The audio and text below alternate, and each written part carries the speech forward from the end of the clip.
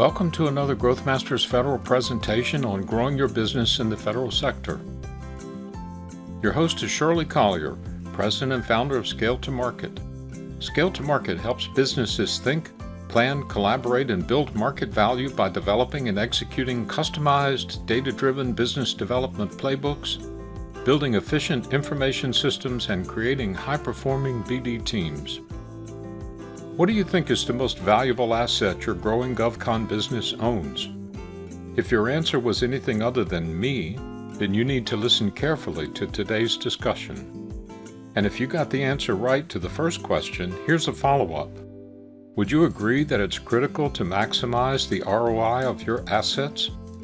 So, what are you doing spending your time, arguably the most precious and limited commodity in any business, doing bookkeeping and accounting chores, producing financial reports, administering payroll, managing contracts, HR and inventory control, and the innumerable other back-office tasks that are a constant interruption and that you spend your nights and weekends doing?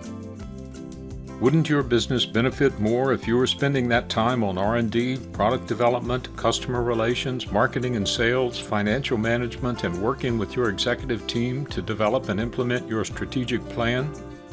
You do have a strategic plan, don't you?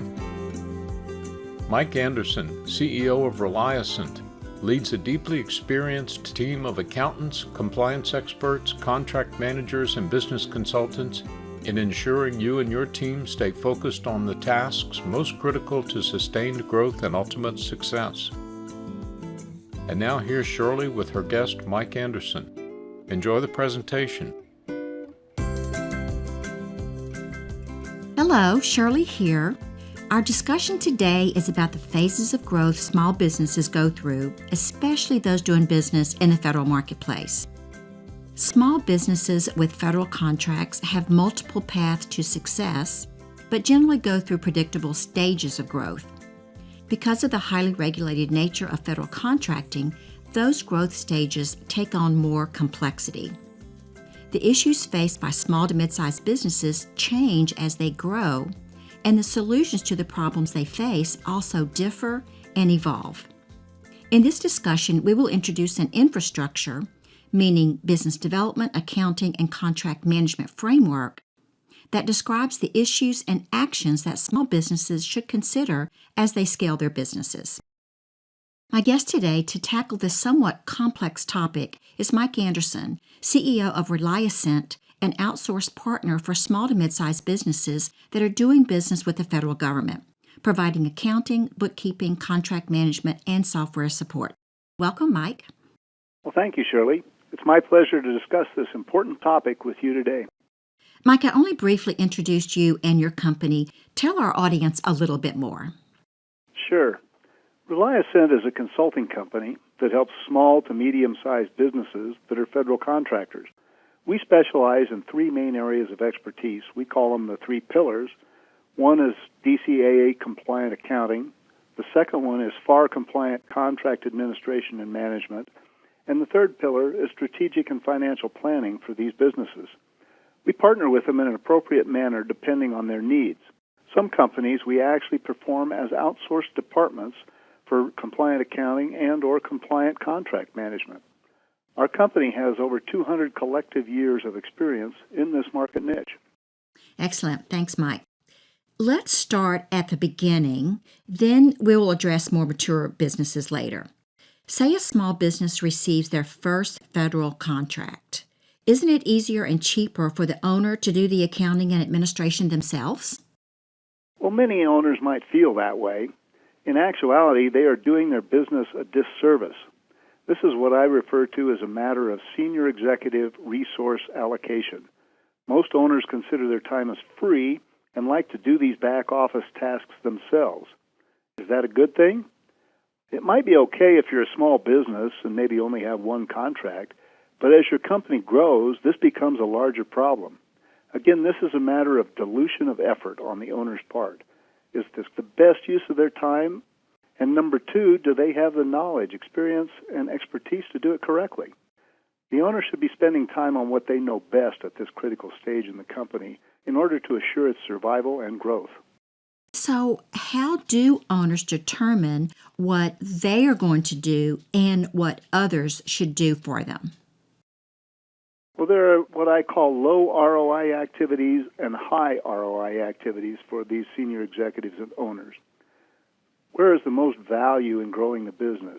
Chasing new work and clients, as well as business analysis and strategic planning? Those are high ROI activities and are more valuable than doing direct work or administrative work. There's an opportunity cost for the owner's time, and it increases as the company grows. The owner should focus more and more on growing the business and less on doing administrative tasks. Many business failures can be traced to the issue of the owner not being able to distinguish between these high ROI activities and low ROI activities, and then working them accordingly. What are some of the risk factors owners should take into consideration then? Well, certainly knowledge of the FAR, which is the Federal Acquisition Regulations, the CFR, which is the Code of Federal Regulations, OMB, which is Office of Management Budget Regulations, and other terms and conditions found on federal contracts is a big risk factor. All of these are public knowledge and readily available and need an expert, or more likely a team of experts, that have extensive experience in navigating through what I call a rat maze. There have been many examples of owners trying to navigate this maze themselves and inadvertently getting into trouble. By trouble, I mean having to give large sums of money back to the government, being blackballed for future business, and even in some rare cases, jail time. Oh my gosh. Yeah, that's not good. And many business owners have a specific expertise, which is why they started their business. They might be in IT or they're an engineer, and they don't really have the background to comprehend appropriately this rat maze, as you describe it. So, Mike, isn't the cost of hiring someone to do the accounting and administration considered a high overhead cost? Well, it is an overhead cost, but it's an allowable cost. And there is a cost of doing business with the United States government. People need to realize that. The U.S. government is the largest purchaser of goods and services in the world. They pay on time, and in many cases, they pay for their respective overhead costs associated with their work. The cost of doing the accounting is what they consider an allowable cost, and therefore, they will reimburse for it.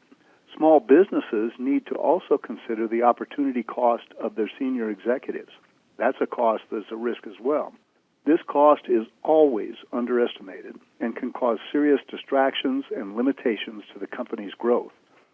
When you also consider the cost of correcting mistakes, i.e. not meeting the government's requirements, and or penalties and fines, hiring someone that is experienced, knowledgeable, and trained makes a lot of financial sense. Can you elaborate on that a little bit, Mike? Sure. By hiring full-time versus outsourcing on these functions, don't forget to consider the fringe costs of direct employees that work for the company, plus supervision time and the opportunity cost of senior people who could be spending their time to concentrate on high ROI activities. Outsourcing can result in higher expertise and a lower cost since you pay for only what you need. The cost of non-compliance, i.e. slow payments from the government, canceled contracts, blackballs, etc., also in severe cases could be financial, civil, or even criminal penalties. Shirley, you specialize in outsourced business development management. Do you see similar economics in your client base? Oh, yes, I do. I find that initially business development is done by the owners. They really can't afford to hire anybody else. And at that point, there's little management of the process. It is survival, which I totally understand. But at about $2 to $3 million in annual revenue, they begin to hire part-time support staff if they, as the owners, enjoy business development.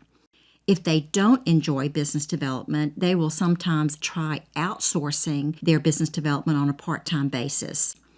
And then what I see at about $10 to $15 million in annual revenue, they'll hire their first salesperson, usually unsuccessfully, because they really don't have disciplined processes or resources in place, and they don't know how to manage someone else who is doing business development for them. Many times what I see is that the owners will sit back and they'll wring their hands, hoping that the person that they hired to do business development can work magic for them. And they seldom do. And many small businesses are unable to get past this pivot point. So what are the keys to success to growing beyond this threshold? Well, there is a proven method for getting past this critical point. The method that we've developed is called DAVIE, D-A-V-I-E, and has 6 steps beginning with developing a data-driven plan. It is so crucial that small businesses find, understand, synthesize, and develop strategies to focus their energies in areas that will lead to sustainable success. Many small business owners work very hard and invest, relatively speaking, a lot of money in business development, but with few results. But even when a plan is developed, it then needs to be executed, which is hard. That's the hardest part. I love the saying, execution eats strategy for breakfast. Execution involves being disciplined, articulating your differentiators, knowing what those are, investing in people and systems, and managing the process, which involves goal setting, achieving milestones, and of course, measuring return on investment. Folks, we need to take a break. My guest is Mike Anderson, CEO of Reliascent, an outsourced accounting and contract administration company located in Westminster, Colorado. When we come back, we will discuss how business owners keep their fingers on the pulse of their businesses, even if they outsource certain functions. Stay with us. We'll be right back. Today's discussion is brought to you by Scale to Market, and your host is Shirley Collier. Utilizing the proprietary DAVIE Business Development Growth Framework, Scale to Market partners with business owners and executives to increase their company's value by achieving profitable and sustainable growth in the federal marketplace. Email Shirley at scollier@scaletomarket.com to obtain your copy of the DAVIE Growth Framework. GrowthMasters Federal is a nationwide community of growth-oriented government contractors, their owners and executive teams, and the professionals who support them.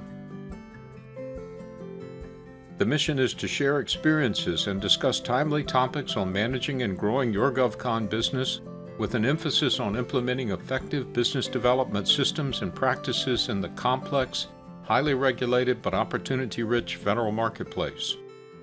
And now back to Shirley's discussion with Mike Anderson, CEO of Reliascent, on structuring accounting, contracting, and business management systems so that you can focus on leading your company toward growth and success. Welcome back. Mike, I want to go back to some of the concerns business owners may have about outsourcing their accounting and contract management functions. What if I want to keep informed of my financial position as an owner? I know if I do it myself, I will be informed. If others do it for me, it's a little scary. Business owners need to have someone keep them up to speed with financial position of a company, but that doesn't mean that you have to do it yourself. Key financial reports and indicators can be used to keep your pulse on the business. Things like profit and loss, balance sheet, cash flow statements are very important for a business owner to stay in tune with. Government contractors also need to be kept up to speed on all jobs through an informative job cost report. Having an expert create these reports allows the business owner to spend time just analyzing the reports, strategizing, and acting on them, rather than trying to create them and make the reports right in the first place. And I would imagine, Mike, that someone who concentrates on financial systems full time would be efficient in the use of the software and be able to provide to busy owners dashboards and analyses that save them considerable amount of time. Yes, not only efficient in the software and tools, but efficient in the regulations surrounding how the financial reporting is to be done to be compliant. Sometimes a company is lucky and can hire an experienced individual. This can be expensive for a small company, and it can be limiting in experience in a medium-sized company as well. Hiring a full-service consulting company provides not only the services that are needed, which is an efficiency for a small business, but also a wealth of experience more than one individual can provide. The tools that have been developed, audited, and used for many years in the industry also provide additional assurance to the company. But won't it be hard for me to communicate with someone who's external to my company? Today's electronic tools allow people not only to work remotely, but be productive by doing this. Things like phone calls, email, text messages, video conferencing, virtual meeting software are some of the tools that allow remote personnel to be effective. Scheduling regular meetings to discuss the financial position of the company is usually adequate, especially when you're remote, but you need to have that meeting. An effective mix of the different types of communications will ease the communication concern. And I find that all of those tools, especially the virtual meeting software, can be particularly effective. More and more, I find myself advising my clients via text and FaceTime. We're all on the go. Now, we've been talking about outsourcing, but I know that many business owners have anxiety over selecting a good outsourced partner that they can trust. What is your advice? My advice is look for a firm that has more than one person expertise. This way, the firm can provide you with a depth of expertise and experience more than you can get from a single individual. For instance, Reliascent has over 200 years of experience in the field. So rather than hiring a single individual with maybe 20 years of experience, you would get more experience for your money. Also look for a firm that has more than just accounting expertise. Look for a firm that is expert in the three basic areas of compliant accounting, federal contract administration, and strategic planning related to government contracting. Look for a firm that has been doing this for a long time and understands the federal contracting marketplace. This is what I call market presence. Shirley, I know you have written articles about how business development consultants in the federal marketplace just don't get it. What do you think are the factors that should go into selecting a good outsourced business development partner? Well, business development is an integral component of a company's short and long-term goals. Knowledge of the company's core competencies, goals, resources, and competition all come into play. And in my opinion, only someone who has owned and grown a small business in the federal sector can really understand the nuances and trade-offs. Just identifying opportunities from public databases based upon keywords and NAICS codes and throwing them over the transom doesn't work. That's only about 10% of the effort.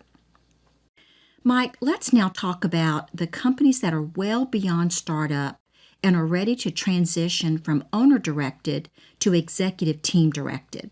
In my experience, that is when they reach about 15 to 20 million in annual revenue. What are the issues they must address at this stage that are somewhat unique? Well, this is where the three pillars that I talked about before really come into play. They not only need help with things like incurred cost submissions or DCAA audit support. These companies benefit from outsourced experts to help them on a part-time basis with things like strategic rate management, labor distribution, negotiating a contract with the prime or the federal government, contract closeouts, terminations, and other highly specific tasks. And what I see from a business development perspective is that the whole continuum of business development activities must begin to be delegated to an empowered team. And these activities include market research, marketing communications, opportunity qualification, selling, teaming, proposal preparation, goal setting, compensation plans, performance appraisals, and of course, determining return on investment. It is now time to develop internal capacity to launch the company to the next level. And it requires different skills than those that were necessary to start the business. And this can be a very challenging pivot for most small companies. Mike, as we wrap up our discussion, what advice would you give our listening audience regarding managing infrastructure as they grow? Probably the biggest advice is strategic planning. This is a high ROI activity for the owner or senior executive. A firm that can help with compliance in accounting and contracts can allow the owner to concentrate more on this strategic planning. A company that can also provide assistance in this area is a benefit and magnifies your high ROI activity. Something as simple as a budget for the next year is often overlooked by many small businesses, and this can cause them to lose focus and direction, causing growth to stall. Mike, thank you so much for your insights into this common but complex issue. Shirley, thank you for the opportunity to discuss this with you today. Our passion at Reliascent is partnering with these small to medium-sized businesses to help them succeed and grow. It is always a pleasure to see that happen. I agree. That is very rewarding for both of us in what we do for a living. Folks, if you would like to get in touch with Mike, he can be reached at manderson@reliascent.com, or you can get in touch with us here at Scale to Market, and we'll make sure you're connected. This is Shirley Collier, President of Scale to Market and host of the Growth Masters Federal Podcast, signing off for now.